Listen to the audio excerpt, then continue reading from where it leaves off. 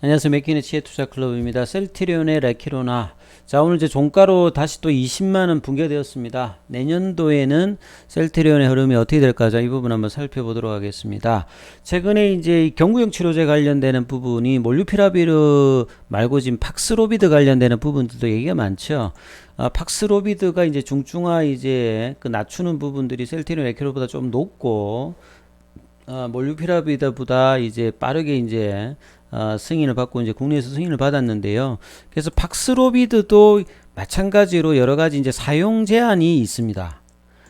이 부분들이 이제 팍스로비드가 경구용 치료제인데요. 약물 상호작용이 많은 이유가 이 리토나비르 관련되는 부분에서 이 약이 이제 간에서 이제 대사를 하기 때문에 간에서 이제 대사하는 성분을 함께 이제 사용하게 되면 영향을 준다. 그래서 상호작용이 일으키기 때문에 이게 무슨 말이냐?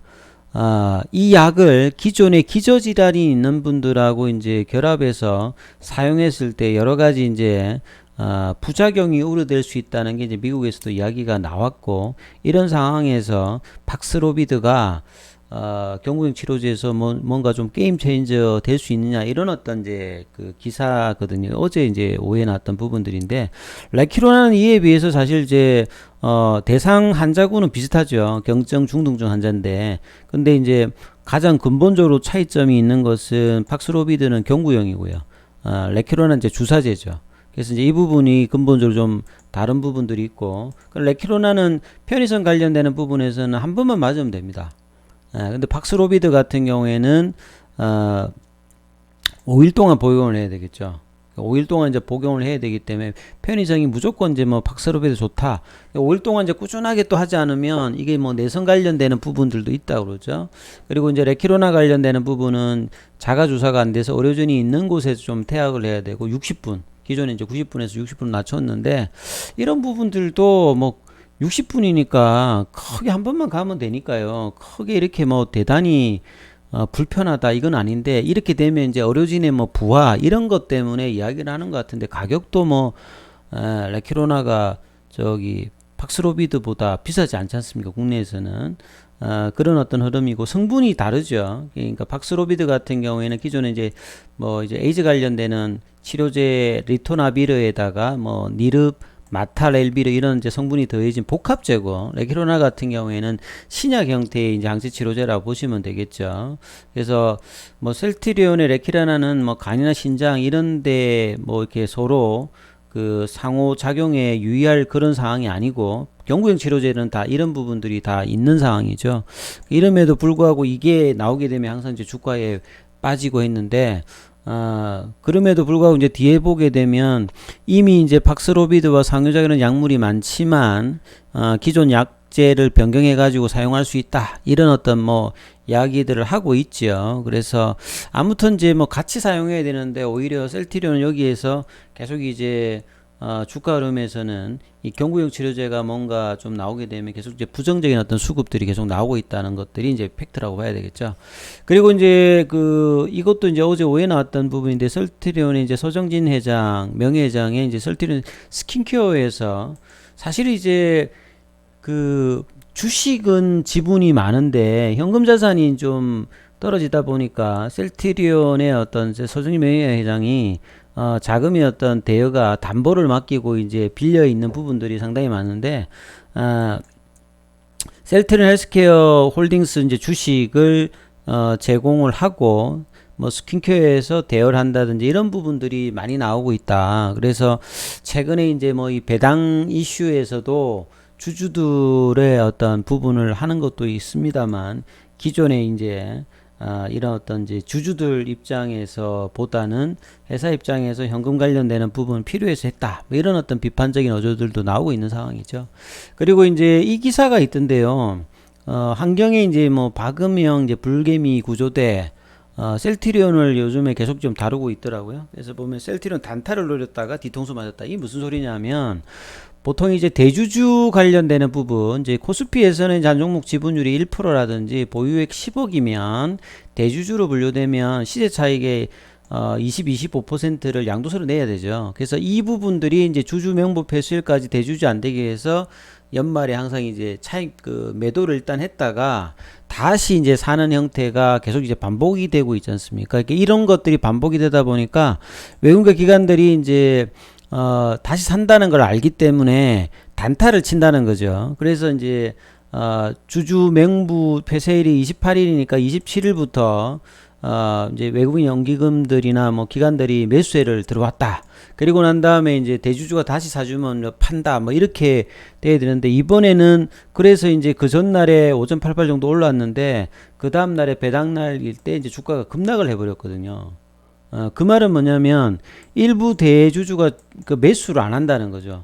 아니면 아예 이제 완전히 떠난 것으로 보인다. 이런 어떤 내용들이 나오고 있습니다. 그러니까 작년 같은 경우에는 주주명부 확정 다음 날 주가가 좀 올랐더라. 그러니까 이런 부분들이 반복되기 때문에 외국인 기관들이 어떤 수급이 단기적으로 이런 어떤 흐름에 있는 종목들을 이제 했는데 그러면 이제 대주주들이 이전하고 좀 다른 흐름을 보였다는 건 특히 올해 같은 경우에는 셀트리온 같은 경우에는 그룹사 전반적으로 끊임없이 연초 대비해서 빠지고 5월달 이후에 이제 박스권을 하다가 계속 이제 10월달 이후에 급락을 하고 난 다음에 지금 이제 오늘 종가상으로 20만 원도 지금 붕괴하고 내려갔죠. 그래서 대주주들이 이제 이탈했던 이유가 최근에 이제 셀트리온 어떤 경영진과의 관계도 별로 좀 안 좋죠. 주주들이 계속 이제 주가 부양이라든지 주주 가치 어떤 정대를 요구를 했습니다만 회사가 뭐 자사주 매입이라든지 이런데 이런 방구 없다가 이제 최근에 이제 뭐 배당 이슈 관련되는 부분이 있습니다만 그것도 그렇지 않다 이런 이야기들도 있는 상황이거든요. 그래서 이런 어떤 차원의 이제 실적도 별로 안 좋았고요. 3분기 실적, 4분기는 지금 좋음에도 불구하고 주가가 쉽게 지금 반전을 못하고 있고 금융위의 이제 분식회계 뭐 혐의 조사 이 부분들도 계속 이제 수급상의 부담을 있기 때문에 수급 창구로도 보면 이제 대주주 계좌가 많은 이제 DB금융투자 창구 여기가 이제 매수 흐름으로 많이 안 나타나고 있더라. 이런 어떤 기사들이 나왔는데요. 자, 이런 어떤 단기적인 어떤 이슈, 그러면 최근에 이제 양봉을 만들어냈던 부분들이 단기적인 흐름이라는 게 또 수급을 보시면 좀 나오거든요. 이러다 보니까 오늘 또 주가가 마지막이 폐장일에도 견주하지 못한 뭐 이런 흐름을 보였는데요. 근데 이제 장 초반에는 이제 휴미라의 바이오시밀러 유플라이마 사실 이제 2018년 이후에 헬스케어 어떤 유통에 기대할 수 있는 가장 중요한 부분이 이제 램시마 SC 직판의 어떤 효과를 볼 수 있는 거. 그 다음에 이제 좀 퍼스트 무브는 아닙니다만 이 유플라이마가 이 가장 이제 사실은 글로벌 매출 1위거든요. 블록버스터 의약품으로 이 에비브가 2015년도에 이제 고농도 제형을 했고 나머지 이제 바이오시밀러에 비해서 셀트리온이 이제 이렇게 고농도 제형으로 해서 상당히 이 부분이 어떻게 될까? 근데 올해는 뭐 램시마 SC라든지 유플라이마가 지금 뭐 매출에 그게 반영하는 부분들이 없지 않습니까? 이제 향후에 내년도에 어떻게 될까? 그래서 이제 미주 쪽에 들어가기 위해서 전초전이 이제 캐나다 쪽으로 이제 판매 허가를 받기 때문에 예전 같으면 이런 부분들이 시장에 좀 기대감으로 반영할 건데 이런 부분들도 지금 크게 없는 상황이죠. 그래서 이런 어떤 오전장에 재료가 나왔음에도 불구하고 큰 흐름이 지금 나오지 않았다. 그래서 차트를 통해서 보시게 되면 셀트리온이죠. 그래서 이제 작년도를 보시게 되면 작년도에는 이제 뭐 주가 흐름이 좋았을 때니까 작년도에 보시게 되면 뭐 이런 흐름이 있었다는 거죠. 그래서 여기에서 이제 배당락 이후에 이제 주가가 올라갔다는 거죠. 이런 부분들을 대주주 이제 물량들 요건이 있었을 때 이런 부분들이 반복되더라. 그래서 요때는 어땠는가 볼까요? 이때도 이제 뭐 이 배당락 하고 난 다음에 주가가 이제 이렇게 올랐던 부분이 단기적으로 좀 나왔네요.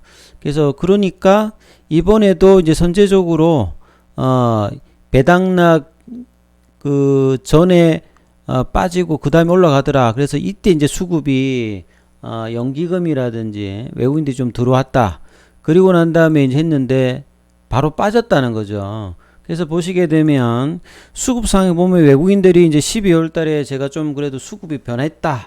근데 이제 단기적으로 3거래일 만에 지금 물량들을 좀 많이 솎아내었고요. 기관들도 매도를 많이 했습니다. 반대적으로 이제 어제 오늘 개인들이 오히려 이제 밑에서 사기는 사줬는데, 지금 보시게 되면 연기금 어떤 수급을 보시게 되면 웬일로 연기금 이렇게 샀다 했는데 어제 오늘 애가 거의 다 팔았어요.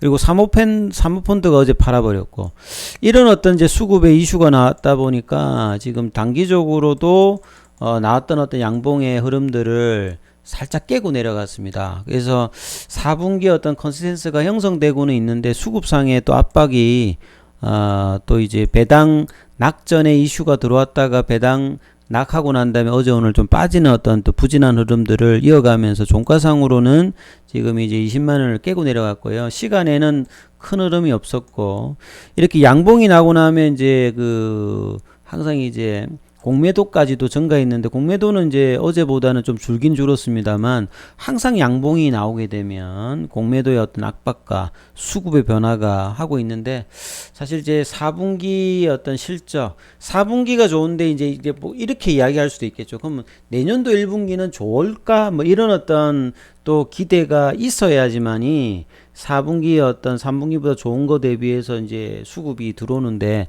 아직까지는 단기적인 어떤 수급만 있고 중장기적인 어떤 대형주에서 수급이 들어오고 있는 상태에서 단기적인 어떤 수급이 더해져서 이제 사실 이제 수급의 개선이 나오는데, 아직까지 셀트리온 어떤 수급 개선이 나오고 있지 않는 부분들이 좀 안타까운데요. 자, 연말까지는 이렇게 마무리됐다면 내년도에는 이런 저평가 어떤 밸류에이션에서 벗어날 수 있는 1월달이 되길 또 기원해 보면서 좋은 흐름들 새해에는 일어나기를 또 한번 지켜보도록 하겠습니다. 여기까지 하겠습니다.